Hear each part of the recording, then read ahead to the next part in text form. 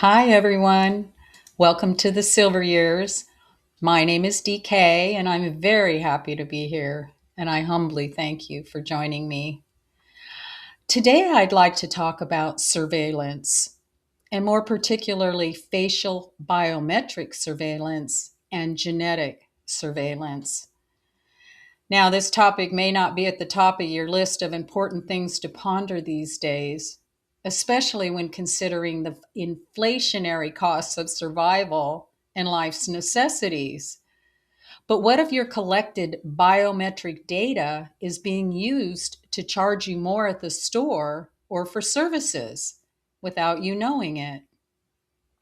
I suspect we're all pretty aware by now that surveillance cameras are installed just about everywhere and anywhere. They're even all throughout our own homes, if you want to include televisions, cell phones and laptops, Amazon's Alexa, or Google AI smart home devices, our smart appliances, and Ring doorbells. Even your Roomba is listening and accumulating floor plan data as it freely moves about the house. It seems pretty clear to me that the illusion of privacy is just that, an illusion.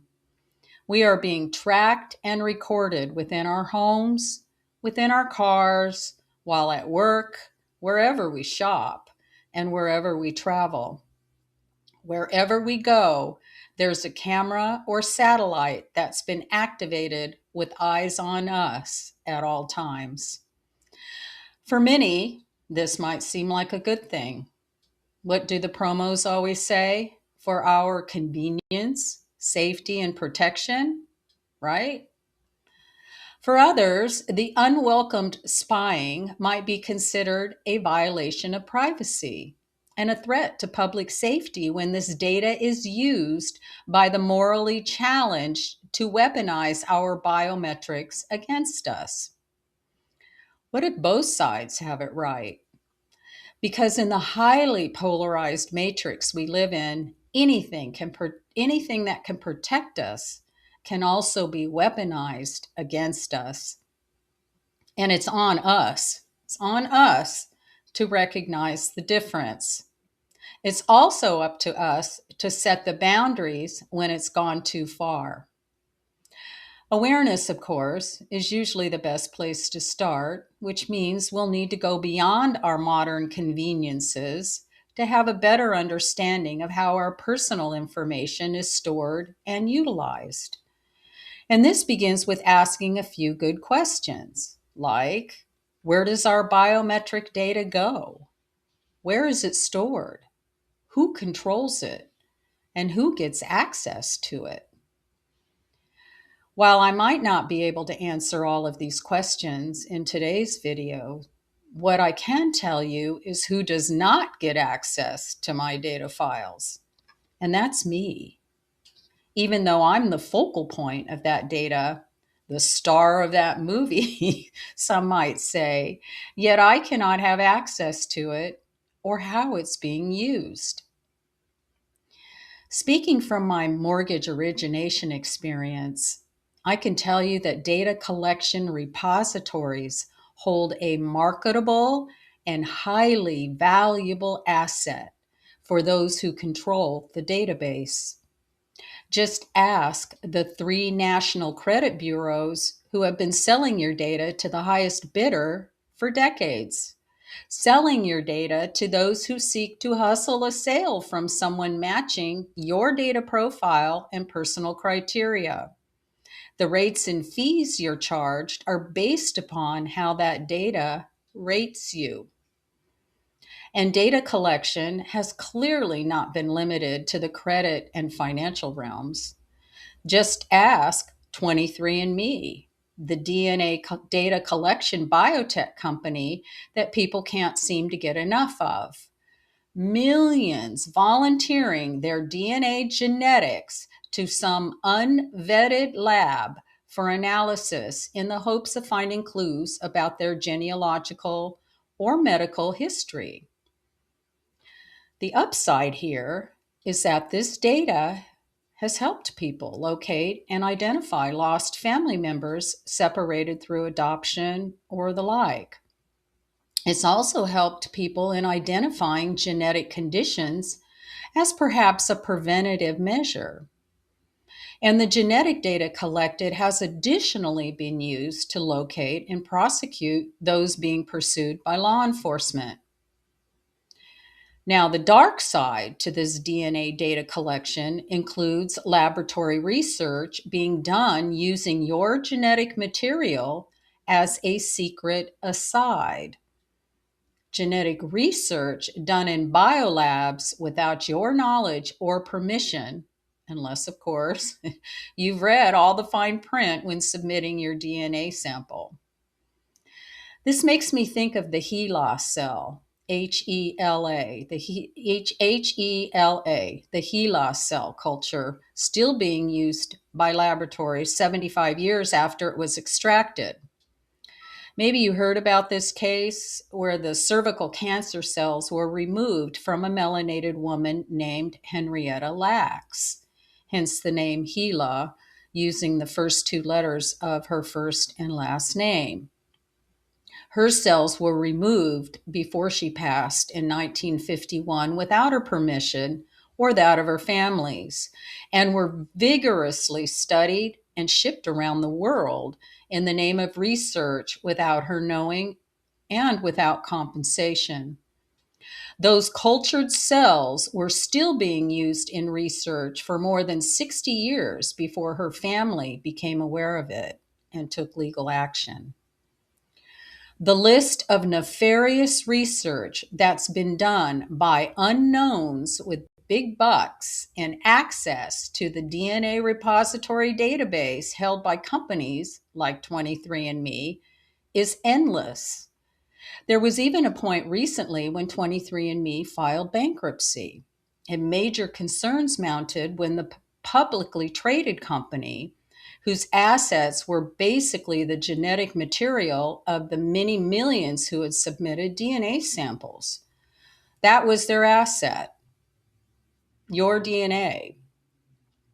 The question raised when this bankruptcy filing occurred was who owns that data when a company goes bankrupt? Just asking the question should make us realize that anyone with access to this kind of genetic material should be suspect, especially in our polarized world where there's always a choice. What can be used to help us can also be used to harm us.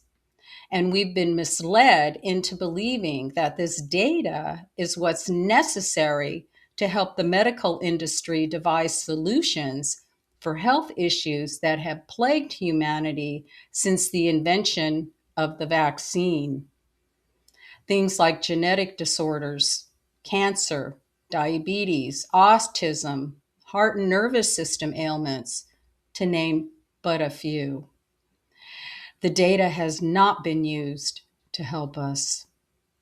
Instead of helping us, the medical industry's track record has proven beyond a shadow of a doubt that healing us would not be in its best interest and would basically put the medical industrial complex out of business. So, what's being done with the data if it isn't being used to help us? Well, it's being used by those in power, by those in control of the database to harm us instead. How? It's called bioengineering bioweapons. And our very own DARPA, DARPA, is spearheading a lot of that weaponized research. And for those who don't know, DARPA stands for Defense Advanced Research Projects Agency. And it's defined as a research and development agency of the United States Department of Defense responsible for the development of emerging technologies for use by the military. DARPA's genetic research is used to bioengineer bioweapons using our biological data against us. We are their test subjects, and we're being tested on like lab rats with their research every single day. Just look up, see the chemtrails. Just look at our GMO'd, bioengineered, inorganic food supply. Just look at pesticides and insecticides and every other forever killer chemical. Just look at how what we used to call vaccines has now been officially renamed to biogenics. Because why? Because these jabs have been biogenetic manipulators all along. They've been altering our genetics since their inception more than a century ago, and not for the purpose of immunizing us against a manufactured virus or pathogen, but by injecting us with that pathogen so that the medical industry can keep in business. Because big medicine is run by big pharma, and big pharma is in the business of sickness.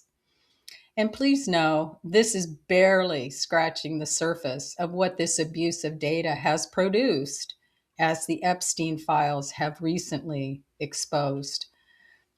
So when we consider how the governments and corporations collecting our data have chosen to use our biological data, what do we think is happening to our facial recognition and iris scan data when these groups tell us we need to submit to being scanned? Scanned for what? And what is that data really being used for? Is it to help us or to harm us? I had an experience recently that made me think that to scan or not to scan will be a choice point that we'll all need to face when that biometric camera is pointed our way, as if it were a barrier to entry or admission. Like when you go through airport security and the TSA agent insinuates that you need to get facially scanned before you can place your bags on the conveyor belt for the required security check. What no one tells you is that this is optional, not mandatory. But the majority have been led to believe through false news reporting that getting scanned is mandatory for entry. And this also includes submitting your body to those large radiation scanning machines as well. You know, those massive X-ray machines that see everything as if you're naked, because your entire body and brain is being encircled in cancer-producing radiation while you passively submit, standing with your arms up like a criminal. Truth is, none of this is mandatory. All it takes is knowing your rights and one word to opt out and not comply. One word. No. N-O. No. No, I do not want my face scanned or imaged. No, I will not submit to the X-ray machine or its harmful side effects. And yes, they will have to instruct an agent to do a manual pat down instead, as invasive as it all is. I know this because I've done it. Now imagine if everyone going through airport security refused to be biometrically scanned and irradiated. What do you think that would do to the current system? This is the power of no. The whole facial scanning topic came to the forefront for me a couple months ago after visiting my doctor. While at the check-in desk, I was asked by the administrator if I would submit to having my image taken for their files. That was a first for me. I said no. Not only did I not want my image in their database, I did not want my image included in any data breach should it occur. And I have had a medical data breach occur. Whether they have an image of me in their database or not should have no bearing on any treatment I receive. Yes, I am fully aware that I'm being scanned whenever I'm out and about, usually without my permission, but tracked and scanned nonetheless. Even so, I refuse to volunteer my biometrics in exchange for the illusion of security, even if they tell me it's the safest way to secure my cell phone. Because again, even if it's only securing my cell phone, my biometric data is stored in the cloud somewhere, and someone other than me has access to it. And with it, access to everything my cell phone has to offer.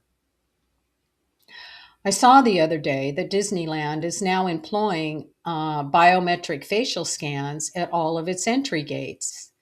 When you scan your ticket, its cameras are capturing your biometrics.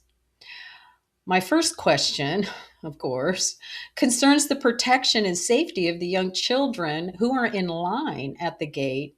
And what about the images of them? I personally find this to be an unacceptable violation. And not only that, Disneyland, with its hidden underground tunnels where children are known to disappear from the park and where every disappearance is silenced, is collecting a daily database of the children who are on site on any given day. Kind of reminds me of the shopping catalog that those annual school photos provide the traffickers in search of young victims. And for Disneyland, just like airport security, where no one tells you the truth, the facial scanning done at the gates of an amusement park is optional, not mandatory. All it takes is one word to opt out and not comply. One word: no. And let us not forget about the spyware that federal law is now requiring be installed in all cars built in 2027. What bureaucrat decided this was okay?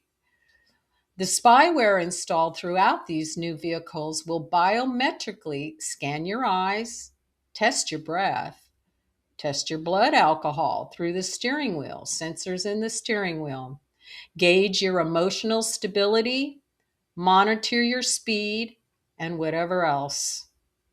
The AI artificial intelligence spy systems installed in these 2027 cars by law will decide whether you can drive or not, because every car will have an override and kill switch, giving some outside authority the power to override your control at the wheel and even kill your engine anywhere and any time for any reason.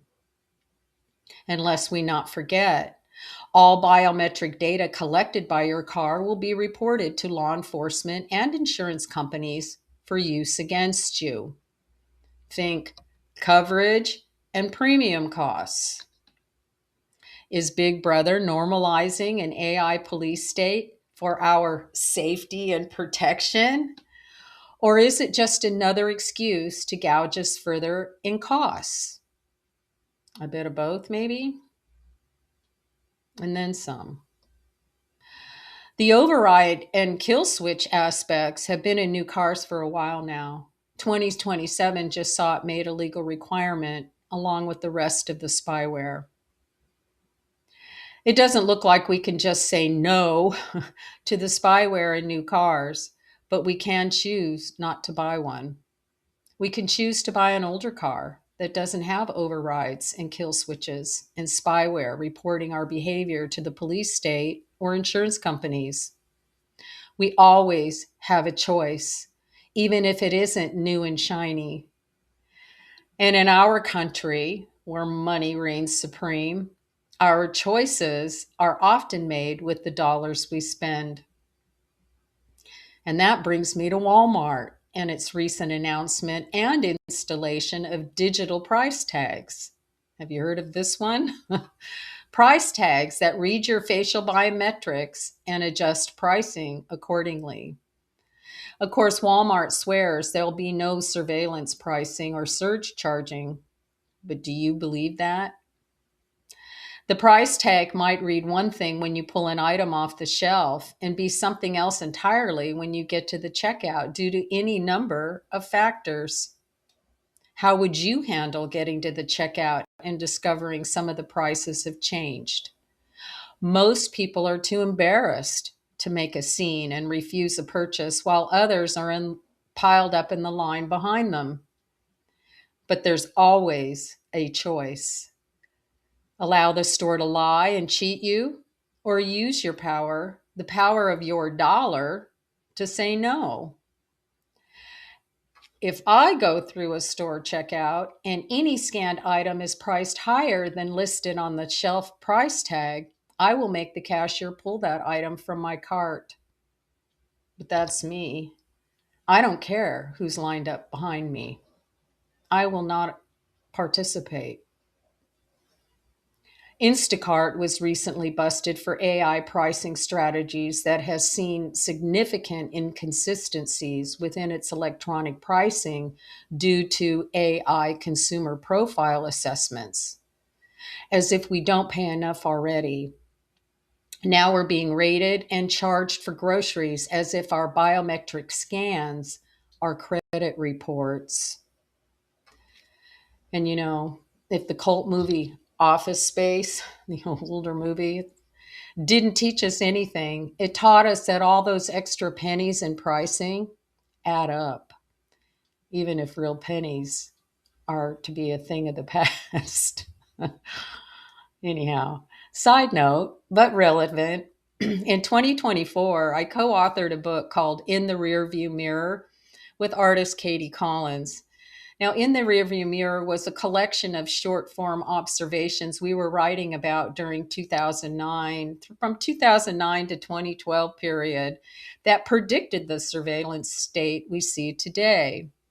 Now, if you're interested, a link to this book is below, and look for the stories we wrote titled "Big Brother Goes Hard Drive," that is from 2009, or Trolling for Transparency from 2010, and another TSA, It's Our Business to Touch Yours from 2010 for our projected perspectives. And these are from like 16, 17 years ago.